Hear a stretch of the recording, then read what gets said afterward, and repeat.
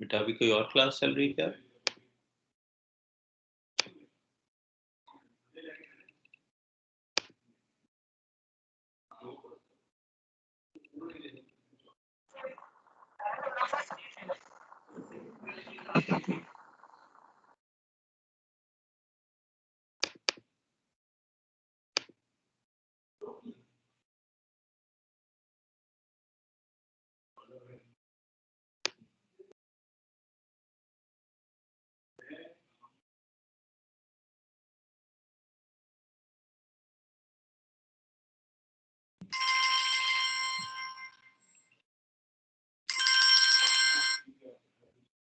जी अफजाल, अस्सलाम वालेकुम।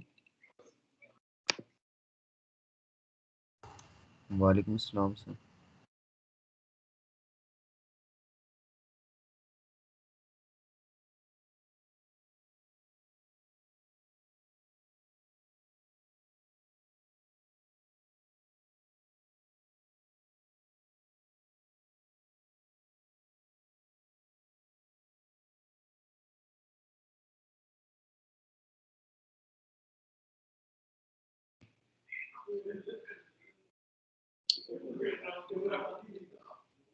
जी बेटा, क्या हालात चल रहे हैं?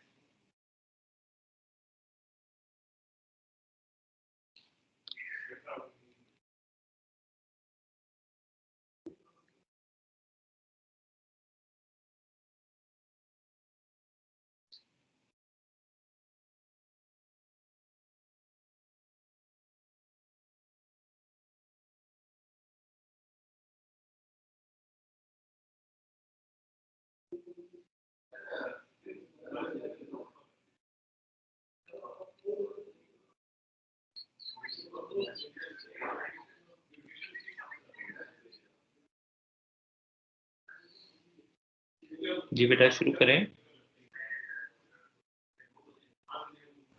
जी सर। स्टार्ट करते सर, आगे बच्चे। ठीक है बेटा।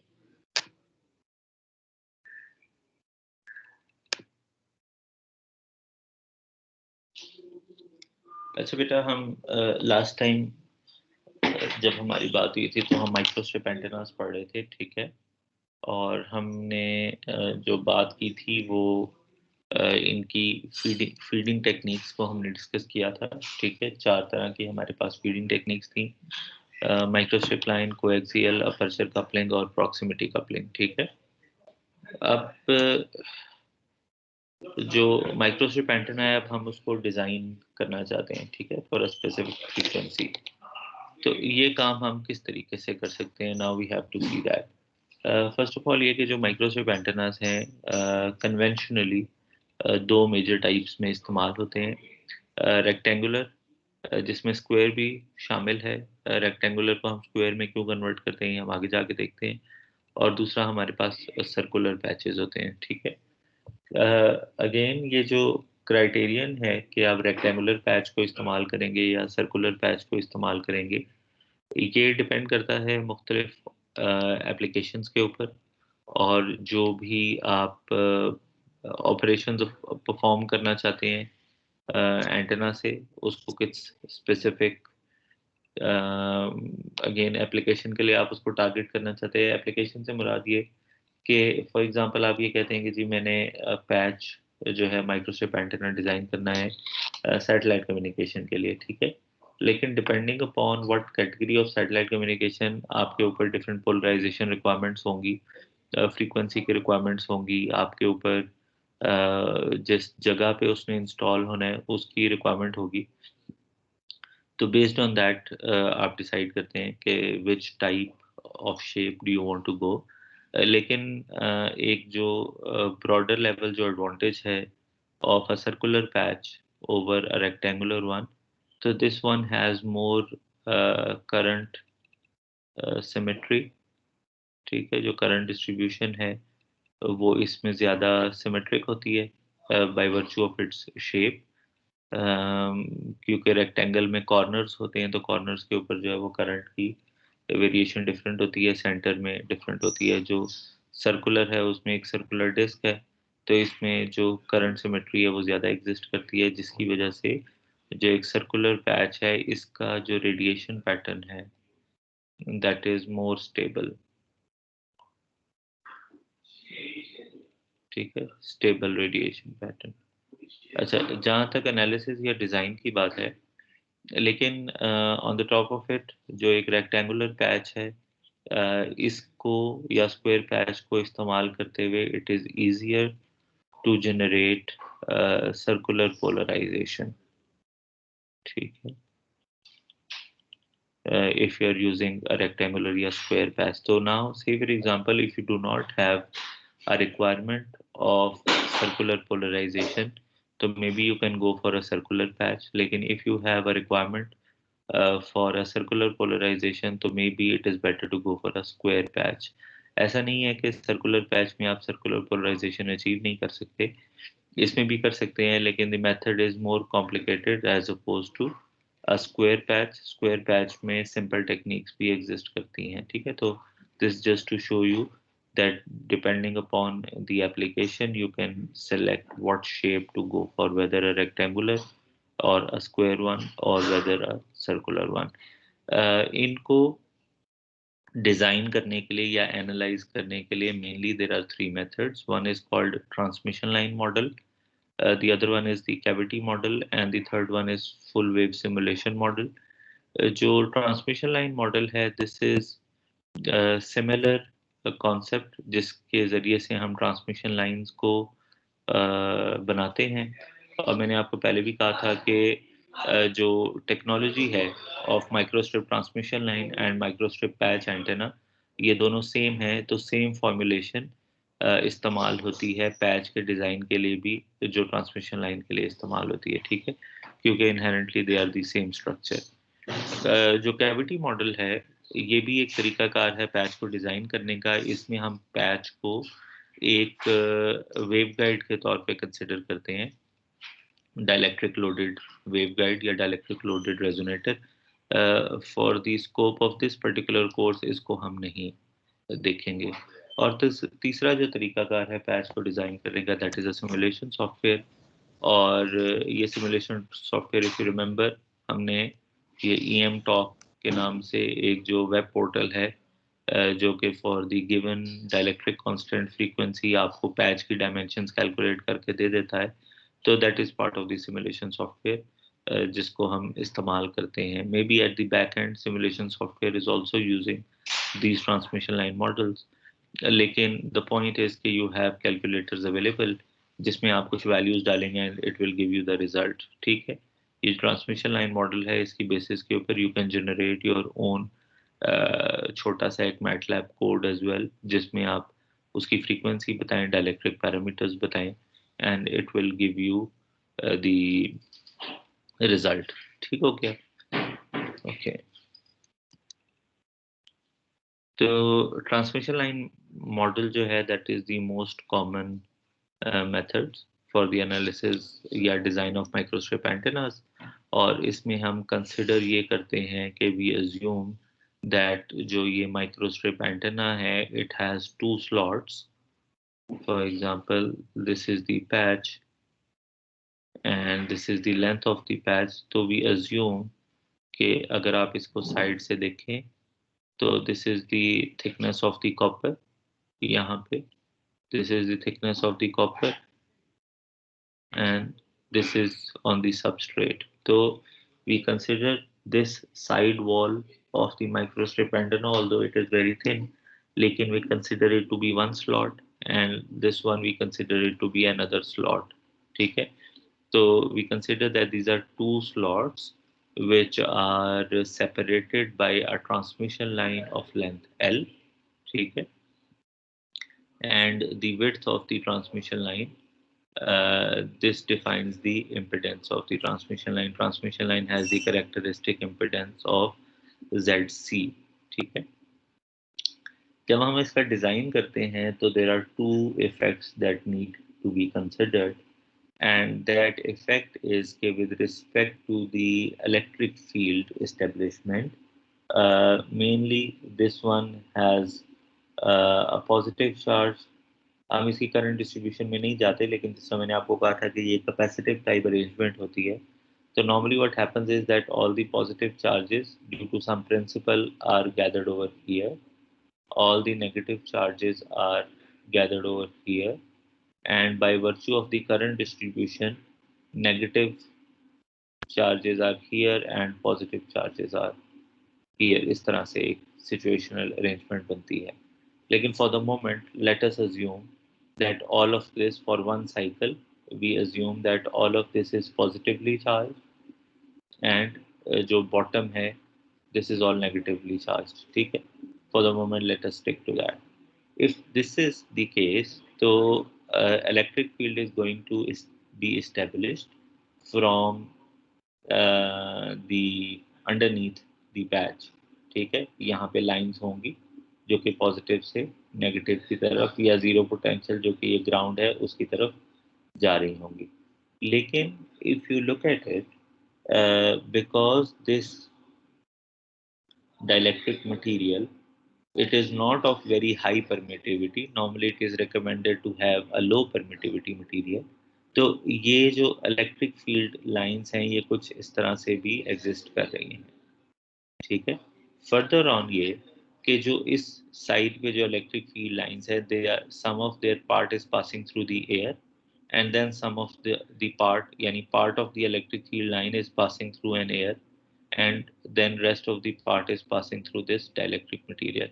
Now consider, we already know that air also has a permittivity dielectric constant of 1, and this one maybe will have a dielectric constant of some other value other than 1. ठीक है? For example 2.2. तो now what happens is कि we have a dilemma कि जब हम इसको design कर रहे हैं तो what dielectric constant should we choose या keep in mind for designing, क्योंकि उस dielectric constant की वैल्यू के ऊपर ही डिपेंड करेगा कि कितनी width और कितनी लेंथ है for a particular case. क्योंकि what happens is कि हमने ये कहा था कि लेंथ जो है इट इज रफली इक्वल टू लैम्डा बाई 2. ठीक है? लेकिन बिकॉज नाउ द वेवलेंथ और the current has to travel within the dielectric medium, या electric field has to be it establish within the dielectric medium, तो ये जो lambda है it is actually lambda g, which is called guided wavelength. ठीक है? and this guided wavelength is the property of transmission line, जो कि हमें ये बता, because in the transmission line the electric field or magnetic field has to travel through within this dielectric material. ठीक है? और ये जो dielectric जो guided wavelength है normally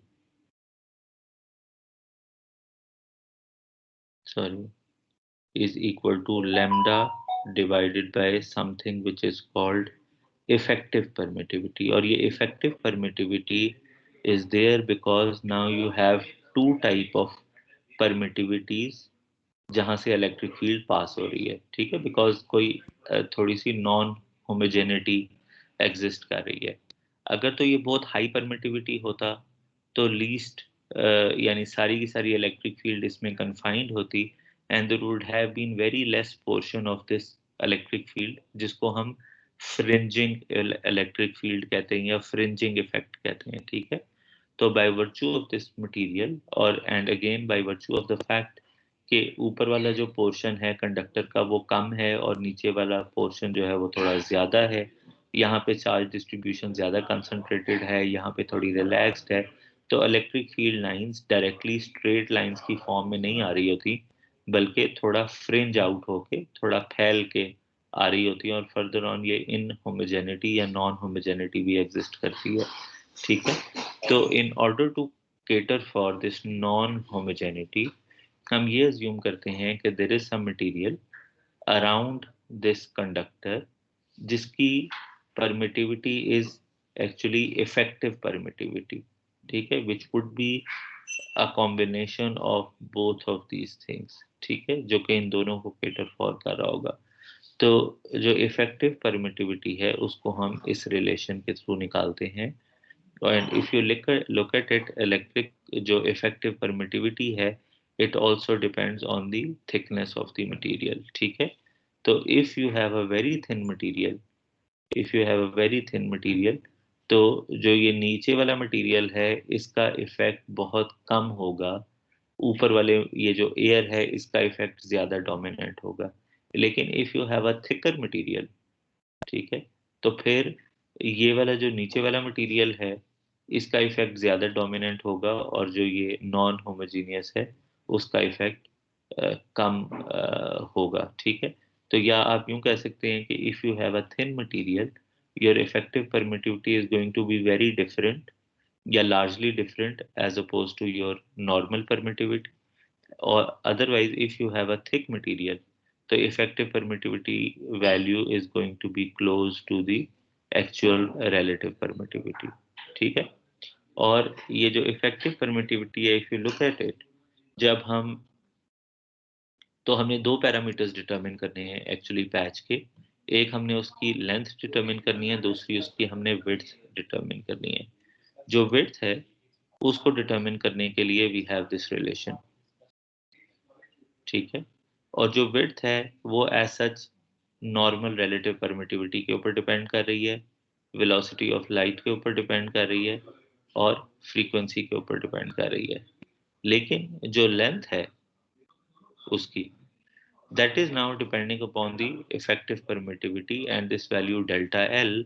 और ये इस वजह से है because more is this fringing effect, more would be this virtual length, ये जो डेल्टा एल है, ठीक है।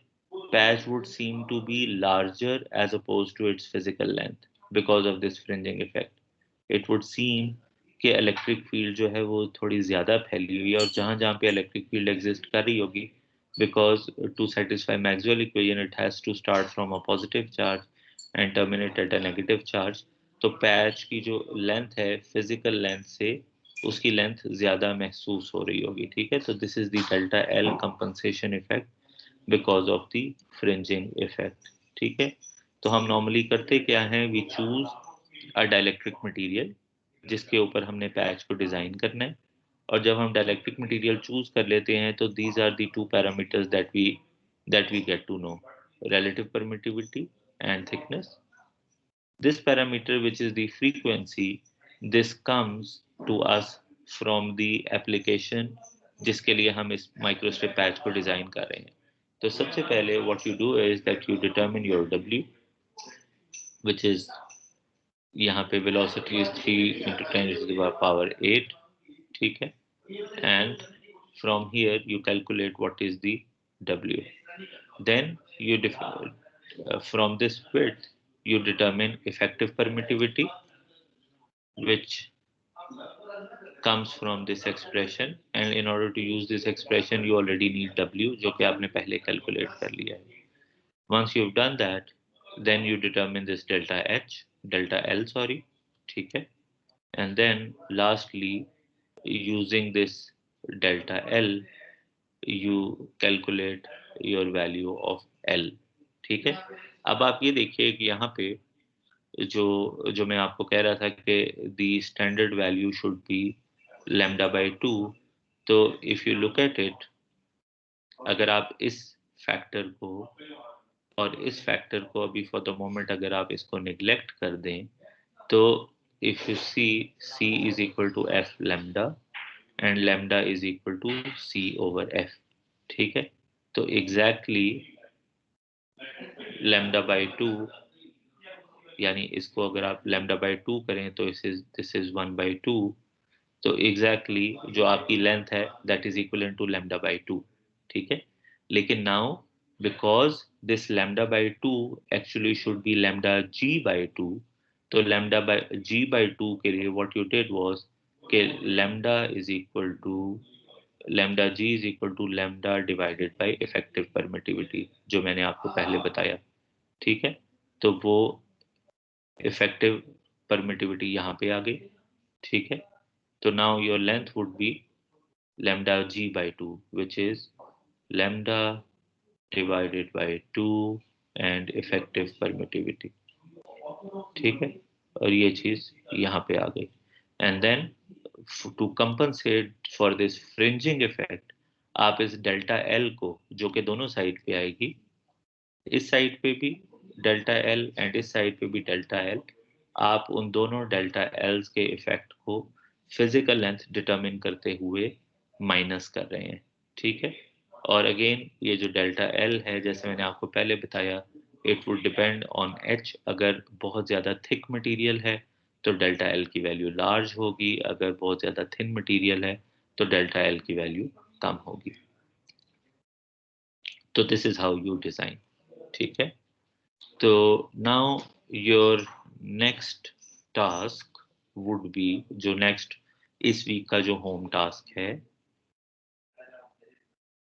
जस्ट सिंपल मैटलैब कोड,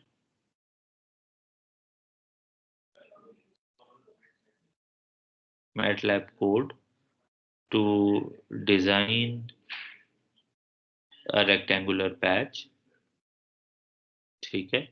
और आप बिल्कुल यही जो 3 आपके फॉर्मूलाज हैं इसी तरह से करेंगे कि जो सिस्टम है, जो मैटलैब कोड है, it should ask you what sort of material do you want and what frequency do you want your patch to work at. तो आप मटेरियल के लिए उसका डाइलेक्ट्रिक कांस्टेंट, फ्रीक्वेंसी और एच, ये आप उसमें सिस्टम में अपलोड करेंगे, ठीक है। And it will tell you what is the width of the patch and what is the length of the patch, ठीक है, bye implementing all of these equations, ठीक। इफ यू वांट टू, तो ये आपकी book की example है, बैलेनिस की book की एग्जांपल है। You can try your code on this one as well, ठीक है। तो इट इज 5880 मटेरियल, 2.2 उसकी डायलेक्ट्रिक कांस्टेंट है एंड मिलीमीटर में उसकी वैल्यू 1.575 है। जो फ्रीक्वेंसी ऑफ ऑपरेशन है that is 10 gigahertz. You have to keep one thing in mind कि यहाँ पे जो फ्रीक्वेंसी आप स्पेसिफाई कर रहे हैं over here that is defined in hertz, ठीक है। और एंड आई अज्यूम कि जो एल होगी और जो विड्थ आपकी कैलकुलेट हो रही होगी, it would be coming out in metres, ठीक है, क्योंकि स्टैंडर्ड वैल्यूज वही हैं, ठीक है। तो this is what you going to do home task for this week and this is going to be your third home task, ठीक है। तो फर्स्ट जो है वो आपका यूएलए था, यूनिफॉर्म लीनियर अरे, मैटलैब के अंदर। सेकंड क्या था जनाब?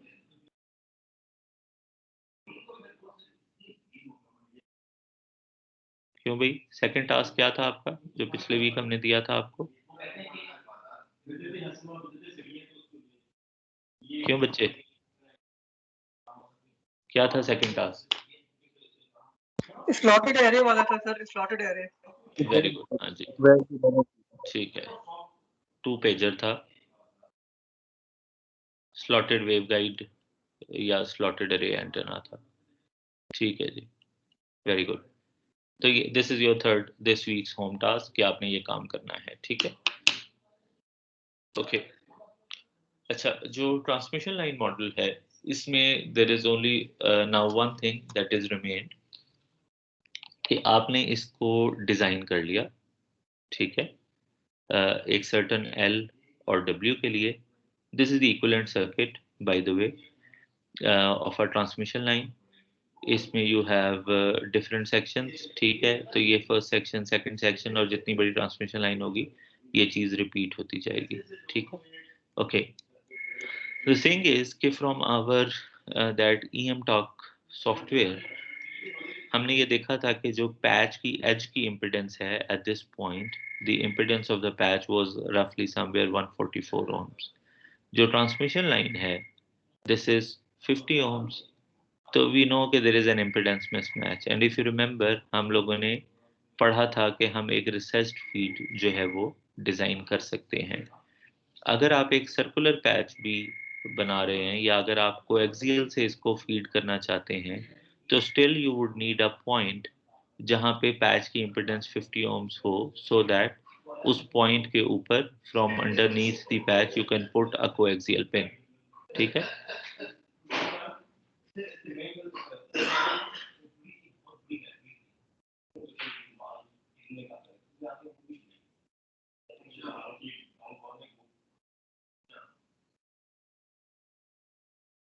तो यहाँ पे ऐसे अगर आपने, तो still you would need a point where you would know के and this is the length. ठीक है. तो यू ऑलवेज योर फीड जो है that is always, if this is the width, तो क्या बोलेंगे, जो फीड फीड है नॉर्मली आपकी पैरेलल टू द लेंथ है या, हाँ जी, parallel to length and perpendicular to feet width. तो the side from where you feed the antenna that is normally along the length, और लेंथ हमेशा फ्रीक्वेंसी डिफाइन करती है या लेंथ के ऊपर डिपेंड करता है. अगर आप इसी रेक्टेंगुलर पैच को इस साइड से फीड कर देंगे तो इसकी फ्रीक्वेंसी चेंज हो जाएगी क्योंकि अब ये इसकी लेंथ कंसिडर हो रही होगी. ठीक है. तो इसकी फ्रीक्वेंसी चेंज हो जाएगी because now this is going to be equivalent to lambda by 2 rather than this side. ठीक है. और इसकी इम्पिडेंस भी चेंज हो जाएगी because now it would have a different width. तो हमेशा आपने इस तरीके से इसको डिज़ाइन करना है, इस चीज़ को कभी चेंज नहीं करना, otherwise you will have poor results. Now how to know कि व्हाट इज द पॉइंट जहाँ पे आपने इसको लाके फिट करना है. तो वैसे तो it has certain formulas. It asks you कि भी अच्छा आप इसकी इनपुट इम्पिडेंस कैलकुलेट करें. उस इम्पिडेंस वो डिपेंड करती है कंडक्टेंस और ससेप्टेंस के ऊपर, और कंडक्टेंस और ससेप्टेंस के डिफरेंट फार्मूलाज एग्जिस्ट करते हैं based on the thickness, based on the width, based on the frequency, and k is again 2 pi over lambda. तो इसके ऊपर based on that you have the formulas of G1 and B1. So because we said it has two slots, so you'll have value of G1 B1 and G2 B2. And then uh, this is your input impedance 1 over 2 times G1. लेकिन हम इन सारी इस चीज़ में नहीं जाते, ये ज़्यादा MS के लिए पोर्शन है. हम इसको एक डिफरेंट तरीके से अप्रोच करने की कोशिश करते हैं and you can verify it later on by using this graph. And what happens is कि इस ग्राफ में on the x axis you have a ratio of y naught over L. जो y naught है, if you look at this diagram, y naught is the length of the recession. ठीक है. ये जो recession point है, या y naught के ऊपर आपको center of the patch में, normally you do it at the center, symmetry को कायम रखने के लिए. तो if you are moving along, अगर आप यहाँ से center ढूंढ लें और फिर आप उस पर मूव करना शुरू कर दें, तो y naught should be the point जहाँ पे इसकी impedance जो है वो should be 50 ohms. ठीक है. तो you want to determine the value of y naught. सही हो गया. ओके. तो अब हम क्या करते हैं, इसके लिए हम थोड़ा सा सिमुलेशन का या वो जो सॉफ्टवेयर है उसका हम सहारा लेते हैं. Over here it is telling you R in की वैल्यू या आर इन की ratio at y is equal to y naught divided by r in की value at y is equal to 0. ठीक है. And at this point, this is a point where y is equal to 0. ठीक है. तो y is moving in this direction, this point y is equal to 0. Okay. तो अब what happens is that from that software, अगर आप देखें तो जो edge impedance थी 5880 के लिए जो हमने कैलकुलेट की थी, दैट वाज समवेयर 144 ohms, जिसका मतलब ये हुआ कि R in at Y is equal to 0 is 144 ohms, ठीक है। एंड आर इन जो कि रिक्वायर्ड है at Y is equal to Y naught, that should be 50 ohms, ठीक है। तो what I have come up with कि वी यूज दिस ग्राफ, ठीक है, एंड वी से कि अच्छा जी, जो हमारे पास रेशियो आती है that is 50 divided by 144, which is somewhere, उसकी जो वैल्यू है 0.347, हम उसको ज्यूम कर लेते हैं 0.35, so this is 0.25 and 25 and 50, so it should be somewhere around over here, I guess.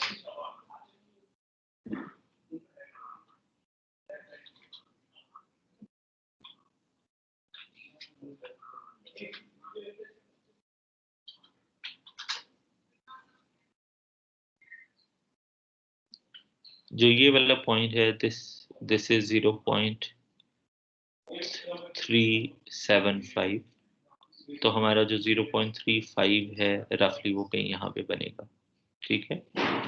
So now if we look at it, we extend this line and then we come down to this, तो ये हमें ये बता रहा है कि y not over l की जो रेशियो है दैट इज 0.3। नाउ हमारे पास l की वैल्यू ऑलरेडी हमें पता चल चुकी है क्योंकि हमने पैच को डिज़ाइन कर लिया है। तो इसका मतलब ये हुआ कि जो y नॉट की वैल्यू होनी चाहिए this should be 0.3 times l, ठीक है। एंड 0.3 टाइम्स l का मतलब ये है कि जो हमारा 50 ohms का पॉइंट होगा इट वुड बी समवेयर 1/3, ठीक है। ऐसे ही है ना, 0.33, 0.33 एंड 0.34, तो ये पूरा बन जाता है, ठीक है हमारे पास। तो इसका मतलब ये हुआ कि हम लेंथ के अक्रॉस अगर मूव करना शुरू करें तो if this is the half, तो हम रफली 1/3 जो है ऑफ द लेंथ के ऊपर हमारा पॉइंट 50 ohms का पॉइंट आएगा, ठीक है। तो this is how I find Y naught by using this particular graph, ठीक है। तो whatever is the L, you can get actual value के वाई नॉट की क्या वैल्यू आएगी, ठीक है। तो इफ यू यूज दैट, तो you will be exactly feeding at 50 ohms input point, and then you will not having any mismatch because of the yeah, any reflection because of this mismatch। ये point समझ लग गया सबको कि बेटा, ये point समझ लग गया आपको बेटा? अगर समझ लग गया तो मैं आगे चलूं।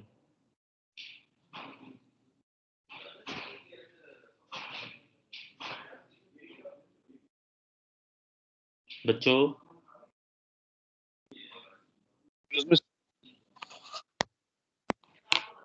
समझ लग गया बेटा? चले ओके बेटा, अब इसका फायदा कहाँ पे होगा? इफ यू रिमेम्बर कि हमने एंटेना की लैब एक की थी जिसमें हमने पैच एंटेना डिफाइन किया था, ठीक है। और उसमें इफ यू रिमेम्बर आप लोगों ने मुझसे एक क्यूरी की थी कि जब आप उस पैच को फीड कर रहे हैं तो आपका रेडिएशन या तो काफ़ी पुअर थी या उसमें कुछ एरर आ रहा था, VSWR का कोई मसला था।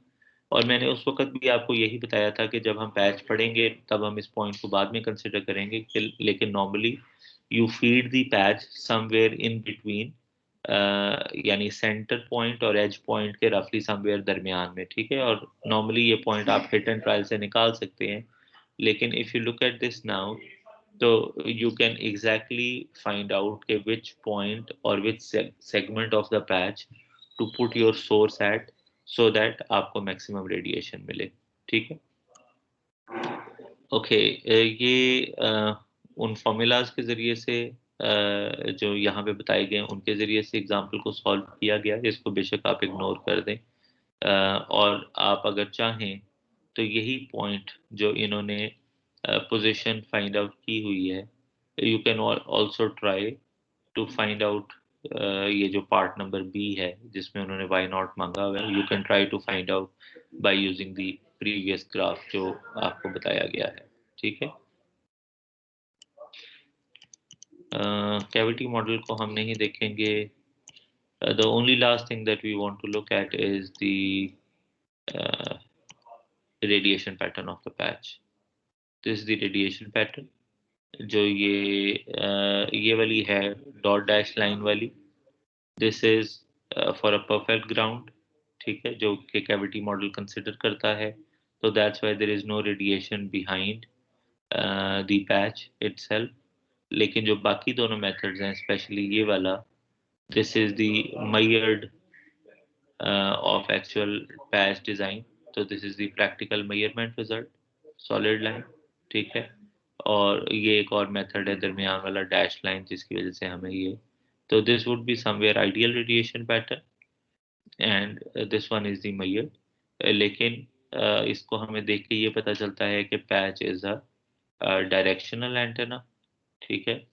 डायरेक्शनल फ्रॉम द वर्च्यू के इसका पैटर्न सिर्फ एक तरफ डायरेक्टेड है। However the directivity is not very high when you consider the 3 dB beam width। 3 dB beam width जो है वो पैच की, that is normally very large and somewhere in the range of 85 to 90 degrees, कुछ इस तरह से होती है, ठीक है। 3 dB beam width of the patch, सही है। This is the circular patch, ठीक है। इसका फ़ायदा symmetric pattern along the phi plane, ठीक है। मोर यूनिफॉर्म करंट डिस्ट्रीब्यूशन, ये इसके फ़वाइद हैं। If you want to design similar equation transmission line method से, तो again if you design want to design a circular patch, you have to specify a material and the frequency, and I will request you कि आप इसको भी, and you just need this formulation and this is the radius जो कि आपने calculate करना है। तो I will request you to add the design of circular patch in your home task as well, यहाँ पे, ठीक है। ये जो MATLAB कोड है, please also include circular patch, ठीक है। So then you will have your own calculator similar to what is available on the web। You will put different parameters and you'll be able to know what do you have, ठीक है। तो ठीक है जनाब, तो patch की discussion, microstrip patch की, I think this is all what we have from the microstrip patch। We'll do a very small topic uh, because we still have 10 minutes। तो we'll do a very small topic जो कि आपको, पहले आपने उसके बारे में कुछ पढ़ा हुआ होगा। अभी आपने जो अपनी ओपन एंडेड लैब की है वो भी रफली इसी तरीके से इस्तेमाल हुई भी है। This is about how we do measurements of an antenna. जब हमने कोई एंटेना सिमुलेट कर लिया सॉफ्टवेयर में, तो जब हम सिमुलेशन रिजल्ट से सेटिस्फाई हो गए, तो उसके बाद हमने उस एंटेना को अब मैन्युफैक्चर कर लिया। अब उस मैन्युफैक्चर में हम उस मैन्युफैक्चर्ड एंटेना को हम क्या करना चाहते हैं, हम उसको टेस्ट करना चाहते हैं कि क्या इसके भी वही रिजल्ट्स हैं जो हमारे सिमुलेशन के रिजल्ट्स थे। तो for that we do two basic measurements on an antenna. One is the, और बाकी चीज़ें हम उसी से अखज़ करते हैं। तो one basic measurement is to determine the reflection coefficient, जिसको हम S11 पैरामीटर भी कहते हैं, and the other thing is the radiation pattern, ठीक है। तो these are the two measurements that we do. और जो रिफ्लेक्शन कोफिशिएंट है इसके ज़रिए से हम फ्रीक्वेंसी ऑफ ऑपरेशन भी डिटरमिन कर लेते हैं और हम एंटेना की बैंडविड्थ भी डिटरमिन कर लेते हैं। जो रेडिएशन पैटर्न है इसके ज़रिए से हम एंटेना की गेन भी डिटरमिन कर लेते हैं, हम एंटेना की एफिशिएंसी भी डिटरमिन कर सकते हैं, हम पोलराइजेशन भी डिटरमिन कर सकते हैं टू अ सर्टेन एक्सटेंट। ठीक है? जो रिफ्लेक्शन कोफिशिएंट है ये वही सारे पैरामीटर्स लिखे हुए हैं। तो there are two things which are required या two measurement setups. One is the network analyser, VNA vector network analyser, जो कि आपने अपनी लैब में देख लिया है। ठीक है, एंटेना लैब में आप ये देख चुके हैं। The other one is the called anechoic chamber. इसकी तस्वीर में अभी आपको दिखाता हूँ। नॉर्मली हमने ये नहीं देखा हुआ। तो जो वीएनए है इसके बारे में आपको पता है कि ये एक 2 पोर्ट डिवाइस है और ये एस पैरामीटर्स डिटरमिन करने के लिए हमारे काम आती है। तो with respect to antenna, because antenna is a single port device, तो this is the only parameter which we are interested to determine. It can be S11, it can be S22, depending upon whether you have connected your antenna at port 1 or you have connected it at port 2. ठीक है, लेकिन दोनों सूरतों में you'll be only determining your reflection coefficient. जब आप reflection coefficient determine करेंगे तो ये यानी एक पावर डिवाइडर का रिफ्लेक्शन कोफिशिएंट है, लेकिन for an antenna if you remember आपके पास इसी तरह का एक ग्राफ होगा। इस साइड पे आपके पास फ्रीक्वेंसी होगी, इस साइड पे आपके पास S11 का मैग्नीट्यूड होगा डीबी में, और आपके पास कुछ इस तरह से ऐसे कुछ इस तरह की तस्वीर होगी आपके पास। और जो यहाँ पे आपके पास फॉर एग्जांपल -10 dB की लाइन है। तो if you want to determine your frequency of operation, तो ये जो point normally which is the best matched, normally that is our frequency of operation. लेकिन से फॉर एग्जांपल आपने डिजाइन किया था 10 गीगाहर्ट्ज के लिए, एंड ये वाला पॉइंट जो है वो 10.2 गीगाहर्ट्ज पे लाई कर रहा है, तो इसका ये मतलब नहीं है कि आपका एंटेना 10 पे ऑपरेट नहीं कर रहा। In order for your antenna to operate at 10, the minimum requirement is कि ये जो 10 गीगाहर्ट्ज का पॉइंट है, this should lie somewhere in this region below -10 dB की लाइन के। और बल्कि आपकी जो पूरी की पूरी बैंडविड्थ है, जो आपकी डिजायर्ड बैंडविड्थ है of your application, all of that should lie underneath this -10 dB line. ठीक है, otherwise you need to do some impedance matching to bring all of these points below the -10 dB line. ठीक हो गया। जो anechoic chamber है उसमें क्या है कि इट लुक्स लाइक दिस।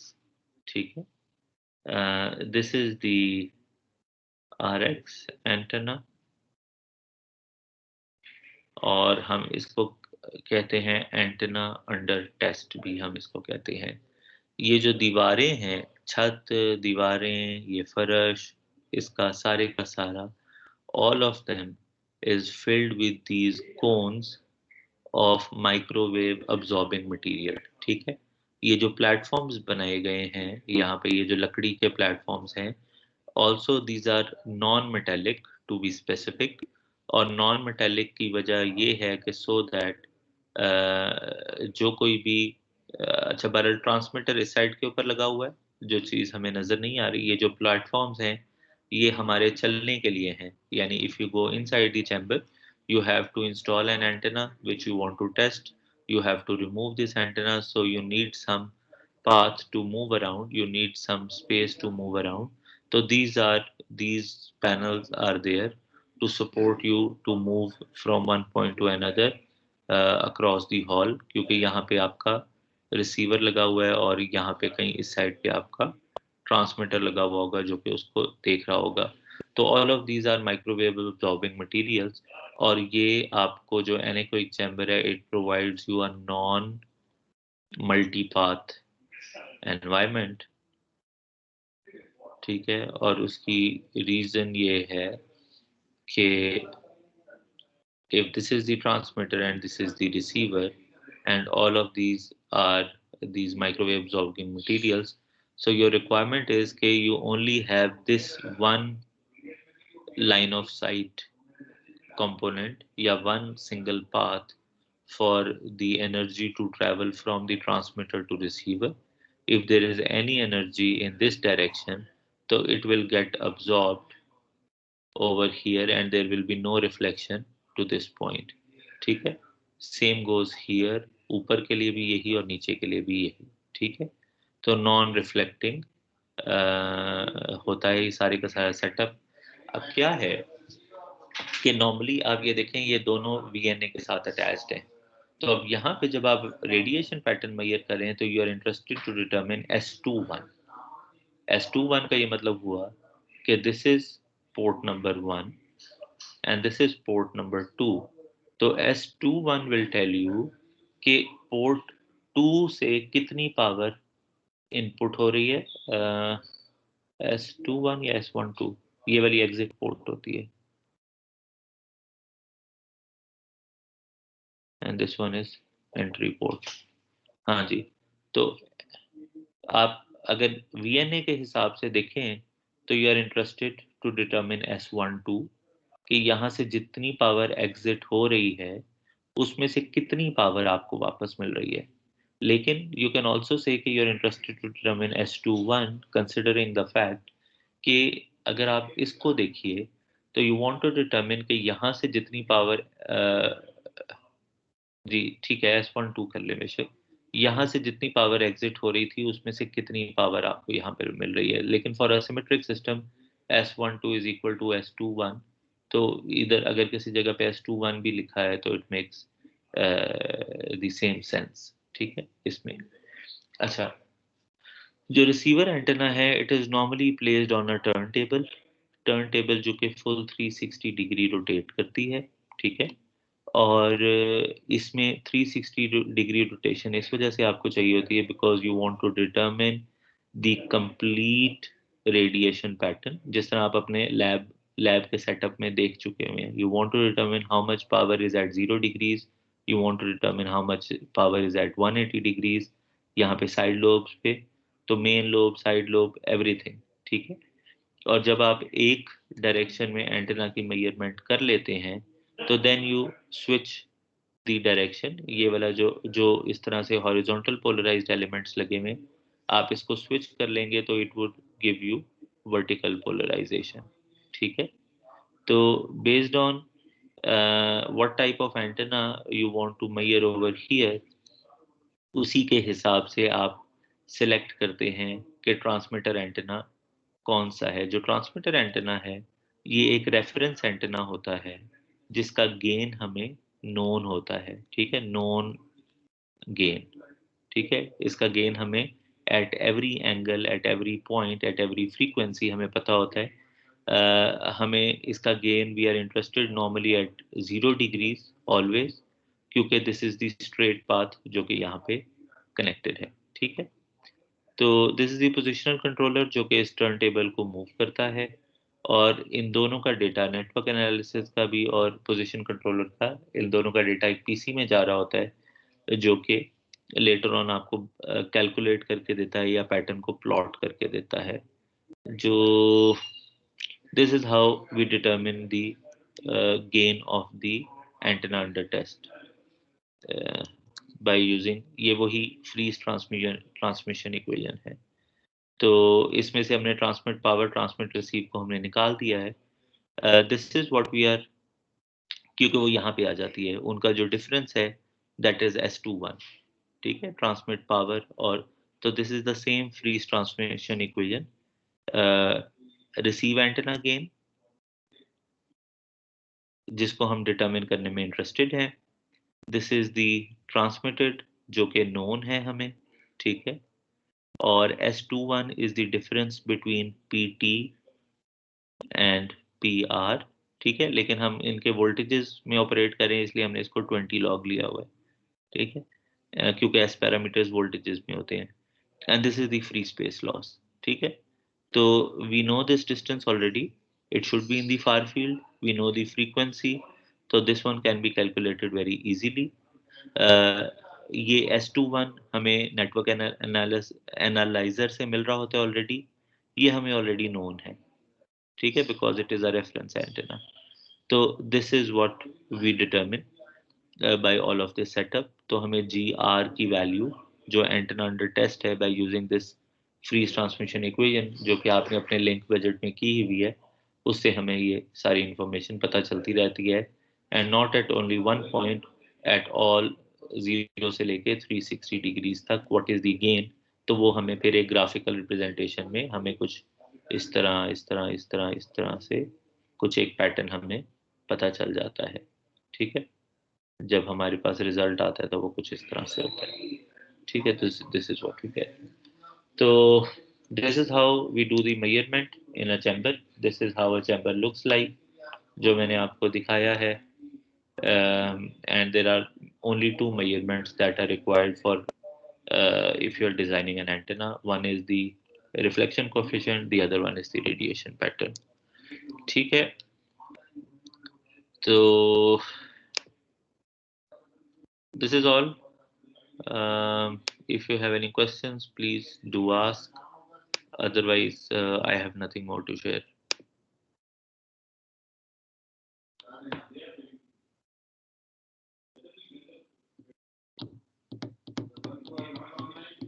ठीक है जनाब, anything else?